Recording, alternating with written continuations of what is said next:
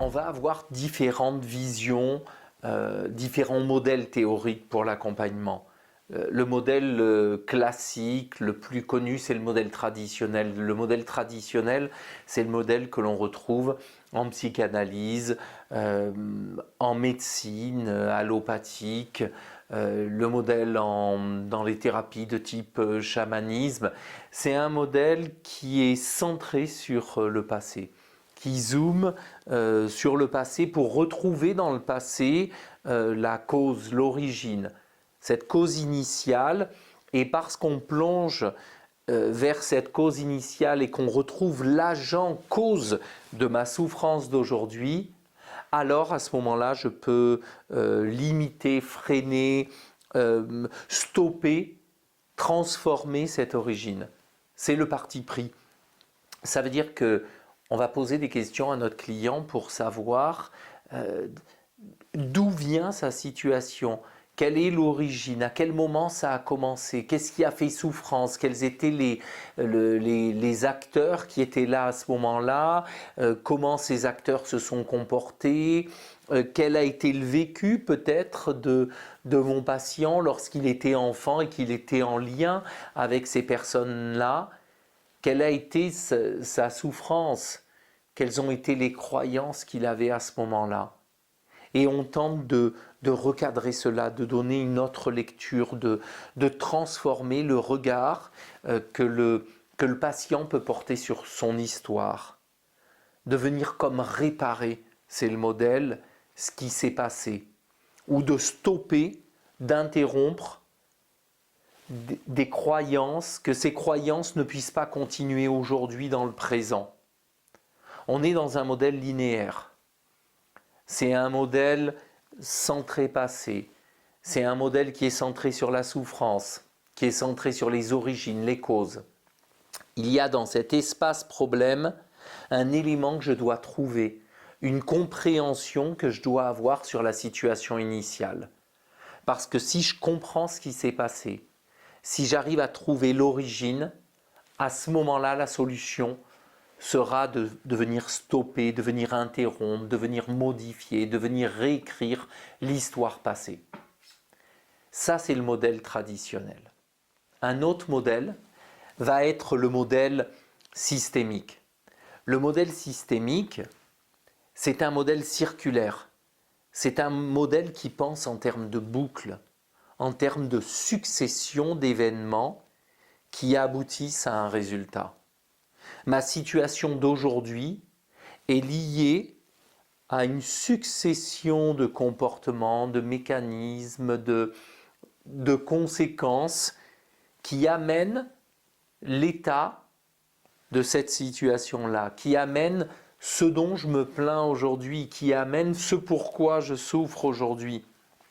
Alors, dans la vision systémique, on va reprendre la séquence, on va délimiter tous les éléments qui ont été présents dans cette séquence, on va voir leur succession, leur enchaînement, afin de pouvoir stopper la boucle. L'exemple de la prise de parole en public et de l'utilisation de l'alcoolisation pour gérer les problèmes de parole en public peut être pensé de cette façon-là.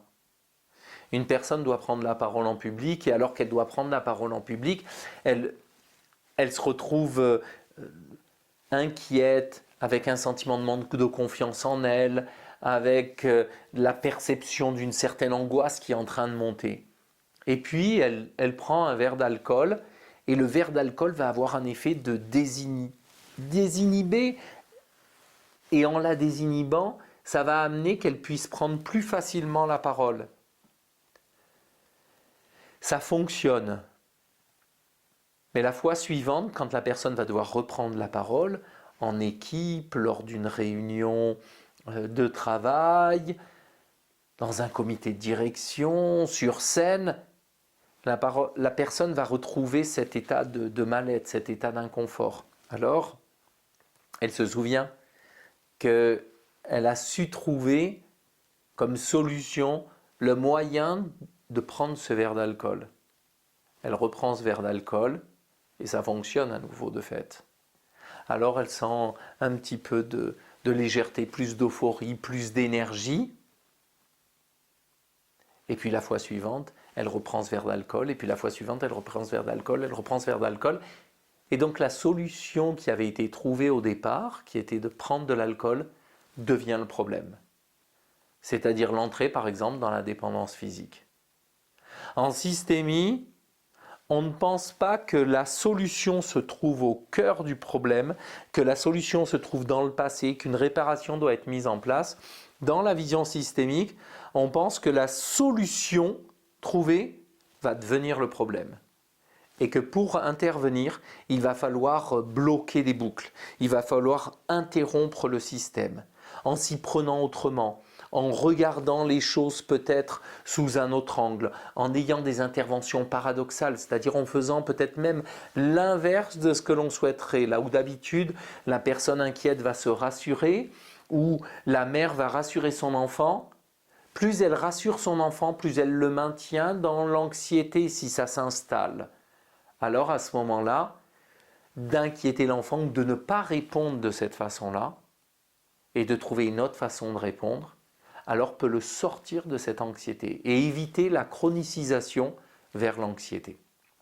Ça, c'est le deuxième modèle qui est le modèle systémique. On a un troisième modèle qui est le modèle solutionniste et qui va nous amener petit à petit vers la vision que j'ai développée en 2012, la vision solutionniste expérientielle. Dans le modèle solutionniste, on a un espace problème. On a une situation initiale où les choses ne fonctionnent pas, ne vont pas. Et dans cette situation-là, on peut faire un état des lieux. Repérer comment la personne s'y prend, comment elle se comporte, quelles sont ses pensées pour pouvoir envisager la situation, quelle est son émotion, quelles sont ses croyances, comment la personne elle va interacter avec cette situation.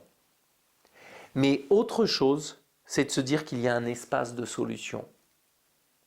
Et l'espace de solution doit être séparé de l'espace du problème. Dans l'espace problème, on ne trouvera que des problèmes. On ne trouvera que des dysfonctionnements, on ne trouvera que des difficultés, on ne trouvera que de la souffrance. Dans l'espace des solutions, on trouve toutes les fois, toutes les situations, tous les comportements, toutes les pensées qui ont été source de bon fonctionnement, de joie, d'aisance, de fluidité.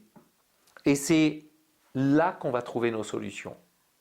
C'est là qu'on va pouvoir construire nos solutions. En thérapie orientée solution, en thérapie solutionniste, on parle d'un espace solution et on dit que la solution se construit. Ça veut dire que l'on va devoir réactiver les fois où ça a bien fonctionné chez notre patient. Ça s'appelle les exceptions. Toutes les fois où il a su s'y prendre et où ça a marché. Toutes les fois où il a su prendre la parole en public et que ça a bien fonctionné.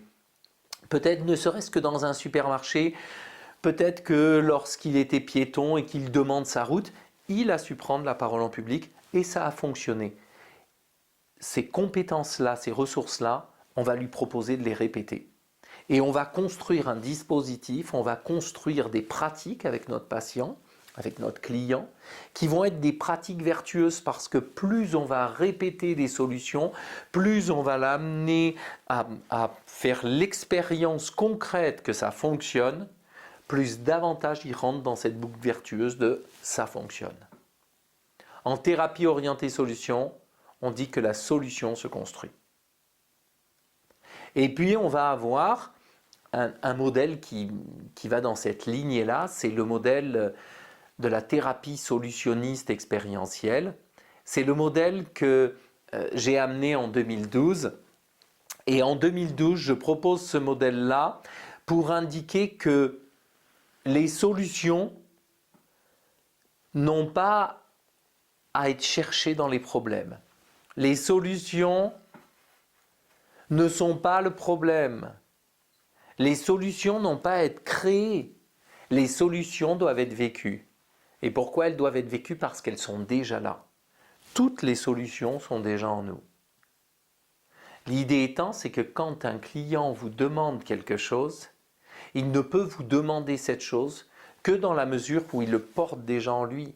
On ne peut souhaiter quelque chose, penser à quelque chose, désirer quelque chose que si on en a déjà fait l'expérience.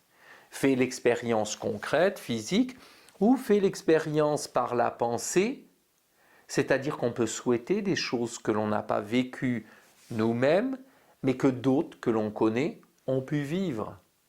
On peut souhaiter vivre un état de paix sans pour autant avoir fait l'expérience de nombreuses fois d'une paix profonde, mais on a pu voir quelqu'un qui faisait de la méditation, quelqu'un qui avait fait de la relaxation et qui était dans cet état d'apaisement profond. Et se dire, c'est ça que je souhaite. Donc d'une certaine façon, on l'a déjà vécu, même par procuration. Dans la vision solutionniste expérientielle, notre idée est de dire, on va amener le patient, notre client, à se reconnecter à ce qui est déjà en lui, à ce qui est là présent. Et tout ce qu'il souhaite est déjà là aujourd'hui. Pour cela, c'est de l'amener à passer par le corps. C'est pour ça qu'on parle de thérapie solutionniste expérientielle. Parce qu'on ne va pas travailler sur les pensées de façon centrale, on ne va pas focaliser notre action sur l'émotion, on va centrer notre action, nos interventions sur la sensation. C'est-à-dire qu'est-ce qui se passe à l'intérieur de lui, comment il traverse l'expérience, qu'est-ce qu'il ressent quand ça fonctionne bien. En faisant cela, on l'amène à répéter des stratégies de fonctionnement, à répéter des manières de s'y prendre qui sont des stratégies vertueuses. Et pour cela, on se centre sur deux choses. Chaque fois que notre client va nous demander quelque chose à travers une plainte qu'il nous présente, une difficulté qu'il nous présente, on va lui demander de se focuser, de prendre un instant pour prendre conscience de ce qui se passe à l'intérieur de lui. De ce qui se passe à l'intérieur de lui et qui est inconfortable, puis de faire comme un cadre de contraste, on va lui dire « Maintenant, que souhaitez-vous vivre au-dedans ?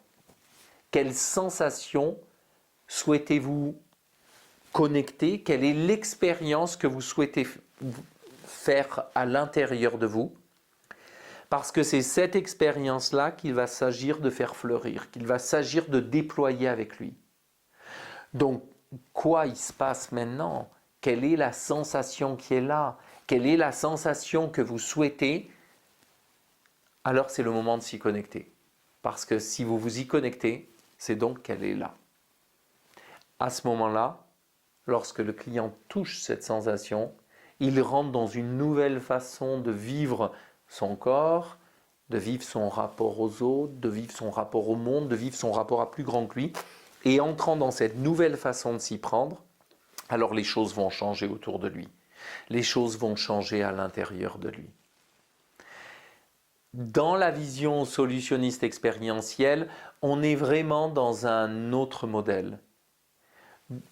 Ce modèle-là a été construit à partir de mon parcours qui s'est appuyé sur l'approche psychodynamique, donc la thérapie psychanalytique, et je pense à des auteurs qui ont travaillé en particulier sur la sensation, sur les relations, les interactions entre la mère et le nourrisson, des gens comme Bion, comme Stern, des gens qui ont travaillé sur les parts du soi, donc on est proche de la thérapie groupale, avec la thérapie des états du moi, avec les Watkins. On est aussi dans une vision en thérapie solutionniste expérientielle qui s'appuie sur tous les travaux de la thérapie stratégique. Donc on a des gens comme les auteurs de Palo Alto, du courant Palo Alto, on va avoir Erickson, on a des gens comme Caillé qui sont venus nourrir mon travail. On va avoir des gens comme Farelli, la thérapie provocatrice, comme Jacobs, c'est la thérapie d'impact. Et puis on a aussi tout le courant humaniste, c'est-à-dire tous ces professionnels qui se sont dit qu'il y avait ce qu'on appelle le self-actualization, c'est-à-dire ce mouvement intérieur, cette nécessité chez chaque homme de sentir son potentiel se déployer et cette nécessité que ça puisse se déployer. Et qu'il était impossible pour un homme de faire autrement que de vouloir prendre son essor, que de souhaiter son développement.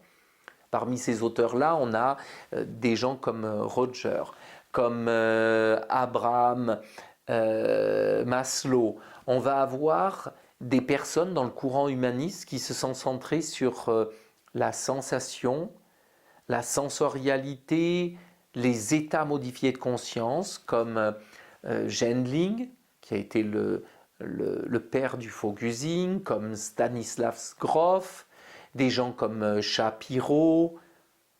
Et puis on a tout le courant, dans le courant humaniste, tout le courant solutionniste avec Steve DeShazer, Bill O'Hanlon. Tous ces auteurs sont venus nourrir la vision solutionniste expérientielle.